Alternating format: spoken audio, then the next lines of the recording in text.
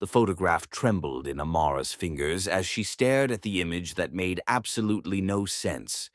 Her father, David Okonkwo, the man who raised her in a modest Chicago apartment, who worked double shifts at the hospital, who taught her to pray before every meal, stood in this photograph wearing a tailored black suit, surrounded by men holding weapons, and kneeling before a woman whose face had been scratched out with what looked like dried blood.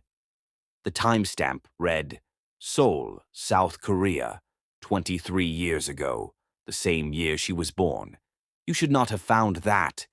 The voice came from behind her, deep, cold, and laced with an accent that turned the words into silk-wrapped daggers.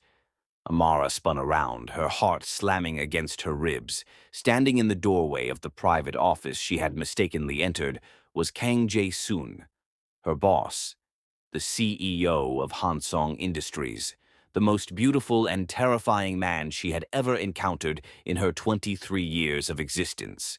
And in his hand was a gun, pointed directly at her chest. Before we go any further, if you haven't already, hit that subscribe button right now because, trust me, you are not ready for where this story is about to go. It doesn't cost you a single penny to subscribe, but it means the world to this channel. Drop a like if you're already hooked, and comment below because I want to know. Are you Team Amara, or do you think she's already made the biggest mistake of her life? Now let's continue. Amara's mouth opened, but no sound emerged. The fluorescent lights of the 37th floor hummed overhead, casting sharp shadows across Jae-soon's sculpted features. His dark eyes, usually so carefully controlled during board meetings, now burned with something primal. I asked you a question, Miss Okonkwo, he said, stepping closer. Each footfall was measured, predatory. How did you find that photograph? Amara stumbled backward, her spine hitting the cold glass of the floor-to-ceiling window. Seoul's glittering skyline stretched out behind her, like a sea of artificial stars, but she could not appreciate the view. Not when Death stood 5 feet away, wearing a $3,000 Tom Ford suit. The door was unlocked, she managed. I was looking for the quarterly reports. Mr. Park told me they were in your private office. I didn't mean to. You didn't mean to uncover a secret that has gotten 12 people killed in the last decade? Her stomach dropped. Killed. 12 people. Her internship was supposed to be simple. 3 months in Seoul to complete her MBA requirements, a prestigious position at one of Korea's largest conglomerates. Her father had been so proud when she told him. So proud, and yet something in his eyes had flickered, something that looked almost like fear. Now she understood why. That man in the photograph, Jae-soon continued, lowering his gun slightly but not putting it away. You recognized him. I watched your face through the security feed. You recognized him immediately. There was no point in lying. Amara nodded slowly. He's my father. Jae-sun's jaw tightened. For a long moment he simply stared at her, something unreadable passing through his expression. Then he laughed. It was not a warm sound. So the universe does have a sense of humor, he murmured. David Okonkwo's daughter, walking right into my building, applying for an internship, being assigned to my department. He stepped closer still, close enough that she could smell his cologne, something woodsy and expensive that made her traitorous body warm despite her terror. Tell me, Amara, did he send you? Send me? I don't understand. Your father, Jae-soon cut in sharply. Did he send you here to finish what he started 23 years ago? I don't know what you're talking about, Amara's voice cracked. Tears blurred her vision. I don't know anything about that photograph or why my father is in it or what any of this means. I just wanted an internship. I just wanted to make my parents proud. Please. Her voice broke completely on the final word. She slid down the window, her legs giving out, and sat crumpled on the cold marble floor. Everything she thought she knew about her life was shattering like cheap glass.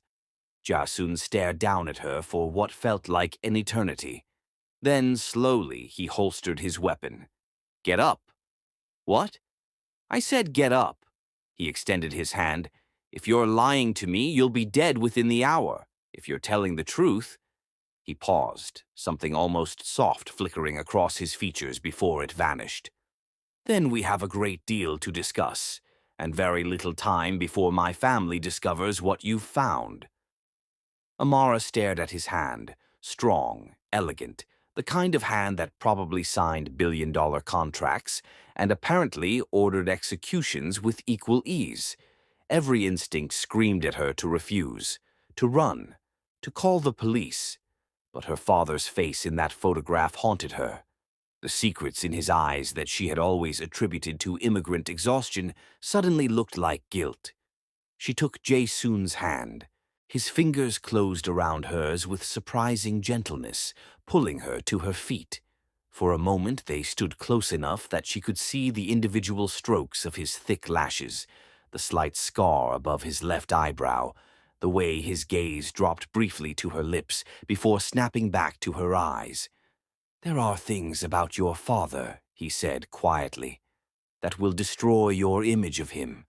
Are you prepared for that?" Amara swallowed hard. "Tell me everything."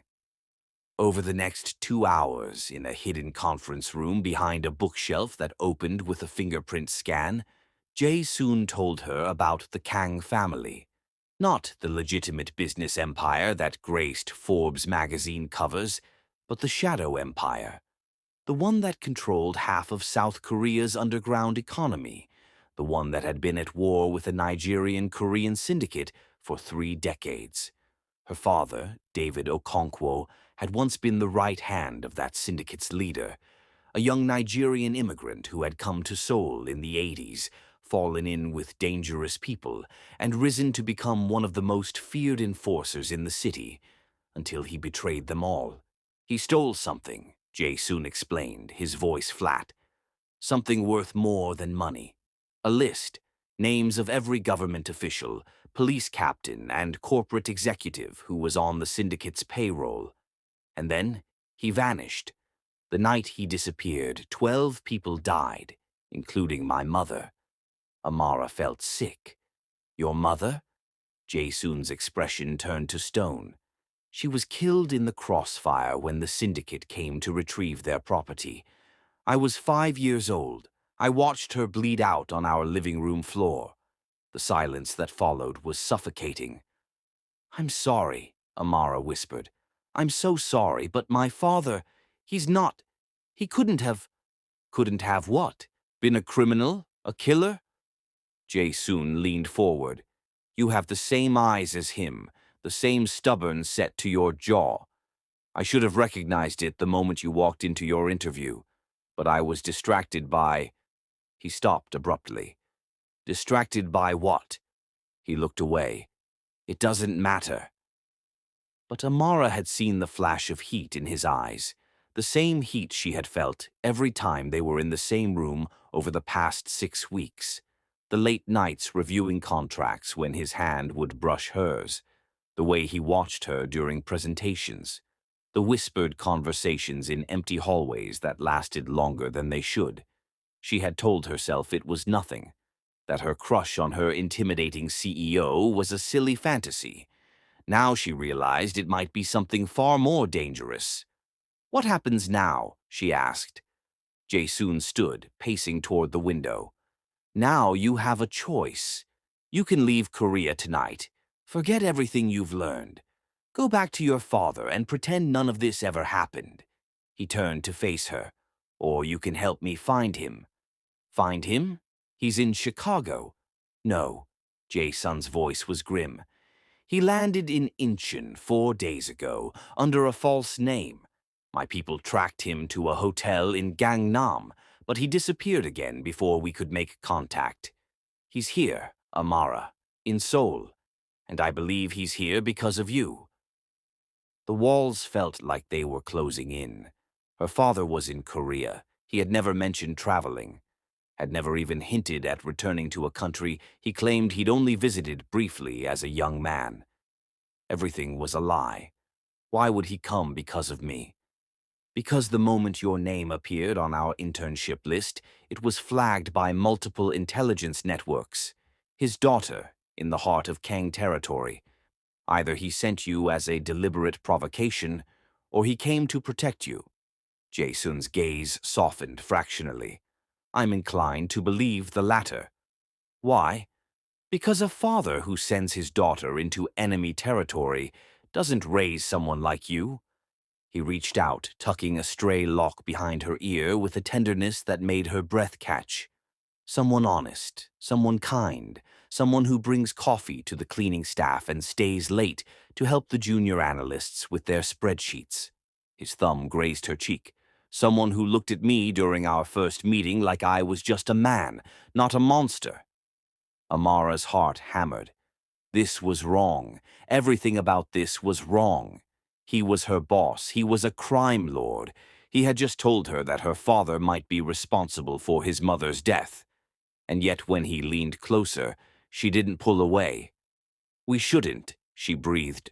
No, he agreed. We absolutely shouldn't. His lips met hers anyway. The kiss was fire. The kiss was drowning.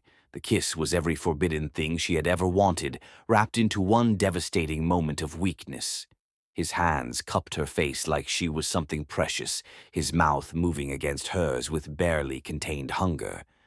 When they finally broke apart, both breathing hard, his forehead rested against hers. That was a mistake, he said roughly. Yes, she agreed. Neither of them moved away. The door burst open.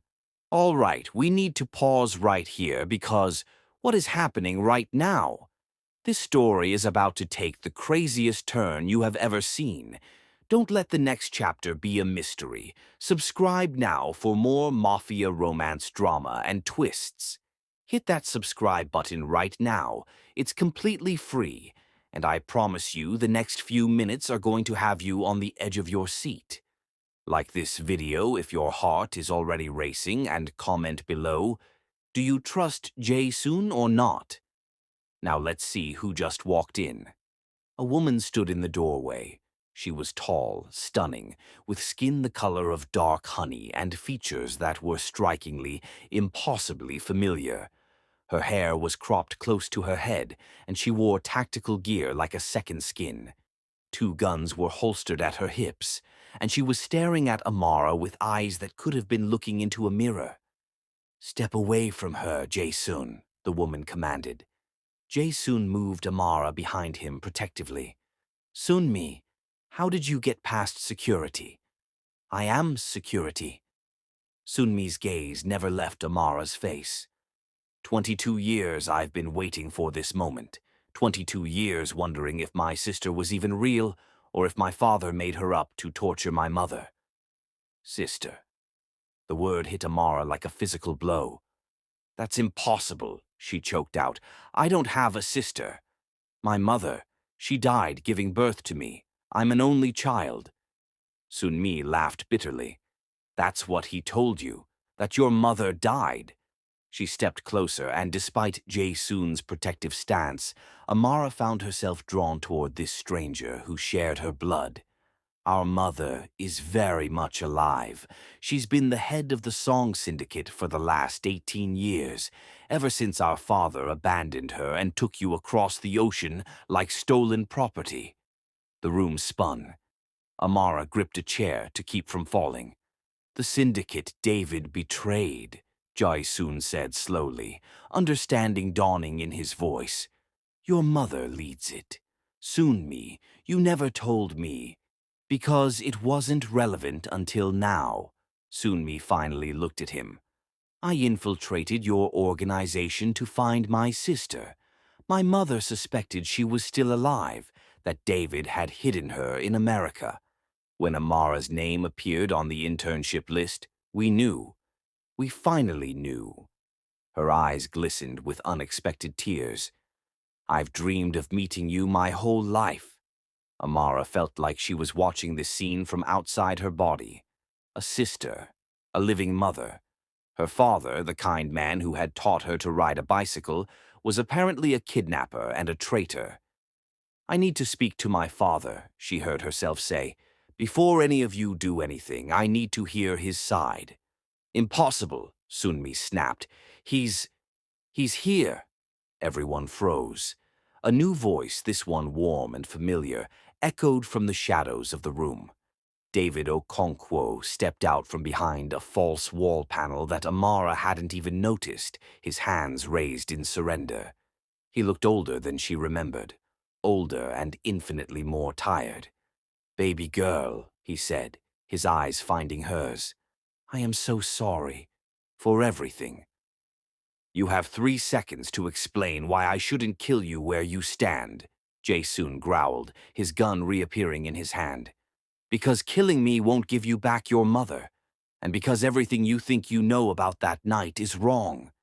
David kept his hands raised, but his gaze was steady.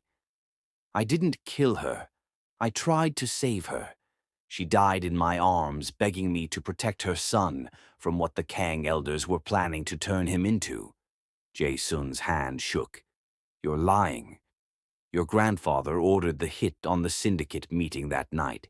He wanted the list for himself, to control everyone on it. Your mother discovered his plan and tried to warn me.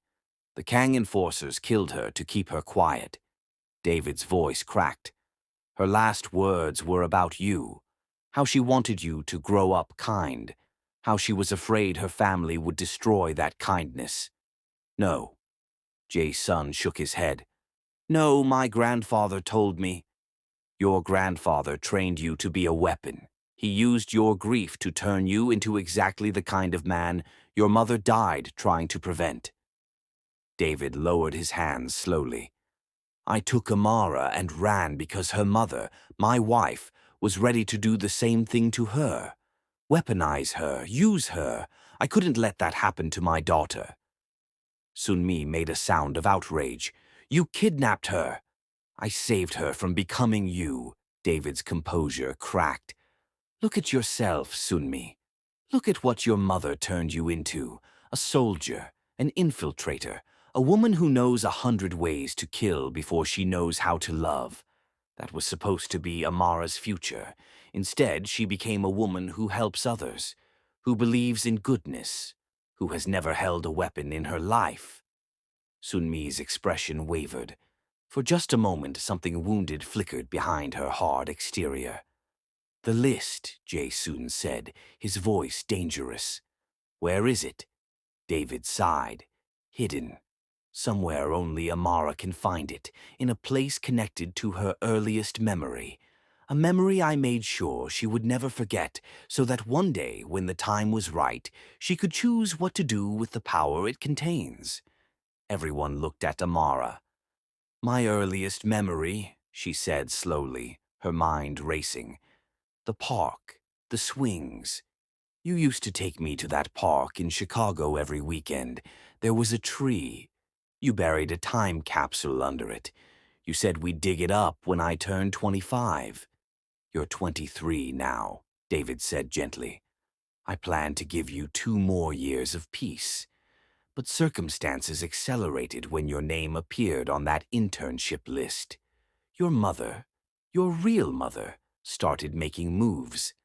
The Kangs noticed, and I knew that if I didn't act first, both organizations would tear you apart trying to control that list." Jae-sun lowered his gun slowly.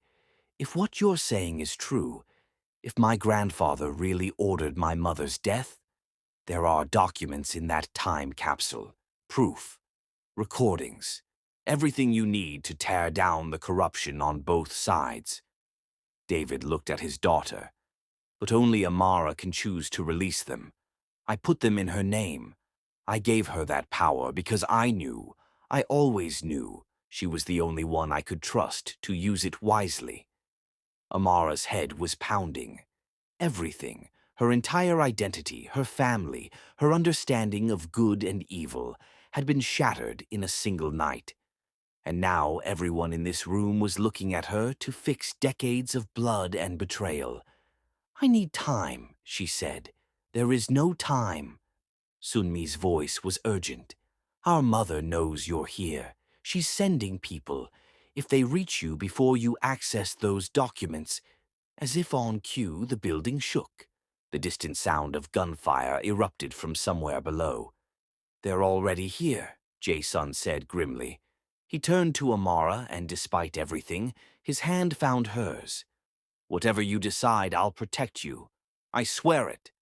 Why? She demanded. After everything, after what my father just said, why would you protect me?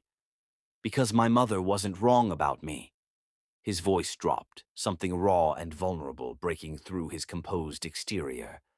I do have kindness in me. I just haven't had anyone worth showing it to in a very long time. He squeezed her hand. Until you. The building shook again, closer this time. We need to move, now. Sunmi was already heading for the emergency exit. David, you're with me. If Mother's people capture you, this all ends badly. I'm not leaving my daughter. You don't have a choice. Jae-sun can protect her. His people control the upper floors. We'll draw the assault team away, buy you time to reach the helipad on the roof. David looked at Amara, and for the first time she saw her father clearly. Not the simple hospital worker, not the gentle parent of her childhood, but a man who had made terrible choices and right choices and lived in the complicated gray space between hero and villain for longer than she'd been alive. I love you, he said. Everything I did, every lie, every secret, it was all because I love you. I know, she whispered. I know. And then he was gone, disappearing with Sunmi through a hidden door, his footsteps fading into the chaos below. Jae-sun pulled her toward the main exit. The helipad. Let's go. They ran through corridors that had become war zones. Jae-sun moved with terrifying efficiency, dispatching enemy combatants with precision that confirmed everything he had admitted to being. Amara tried not to look at the bodies, tried not to acknowledge that the man holding her hand was capable of such violence. But she also noticed that he always put himself between her and danger, that his priority was never victory, only her survival. They burst through the rooftop door into the cold night air. Seoul stretched out below them in a tapestry of neon and shadow. A helicopter waited, rotors already spinning, and standing beside it was an elderly Korean woman in traditional dress, her white hair twisted into an elaborate bun. The matriarch of the Kang family, Jae-sun's grandmother. I wondered how long it would take you to bring the dog's daughter to me yourself, she said, her voice like ice. Jae-sun froze. Grandmother, what are you doing here? Cleaning up your mess, as always. The old woman's eyes swept over Amara with undisguised contempt. The Okonkwo bloodline should have ended decades ago.